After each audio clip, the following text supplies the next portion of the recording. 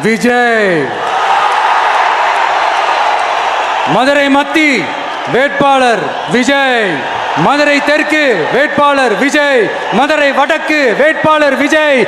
Melur Vijay. Cholavandan Vijay. Thiruparankundram Vijay. Thirumangalam Vijay.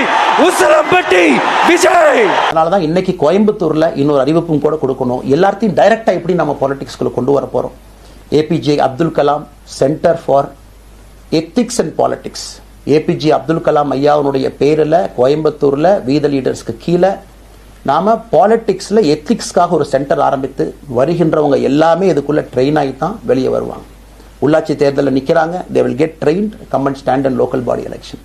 MLA election நிற்கிறாங்க, they will get trained, they will come and stand in election. அவங்க எங்க நின்னாலும் கூட ஒரு ப்ராசஸ்ல நாம அவங்கள ட்ரெயின் பண்ணி அவங்கள ஷேப் பண்ணி ஒரு கம்யூனிட்டியினுடைய நீட்ஸ் அண்டர்ஸ்டாண்ட் பண்ணி அரசியல் செய்யக்கூடிய மனிதர்களாக நாம் அவங்கள கொண்டு வர போறோம்.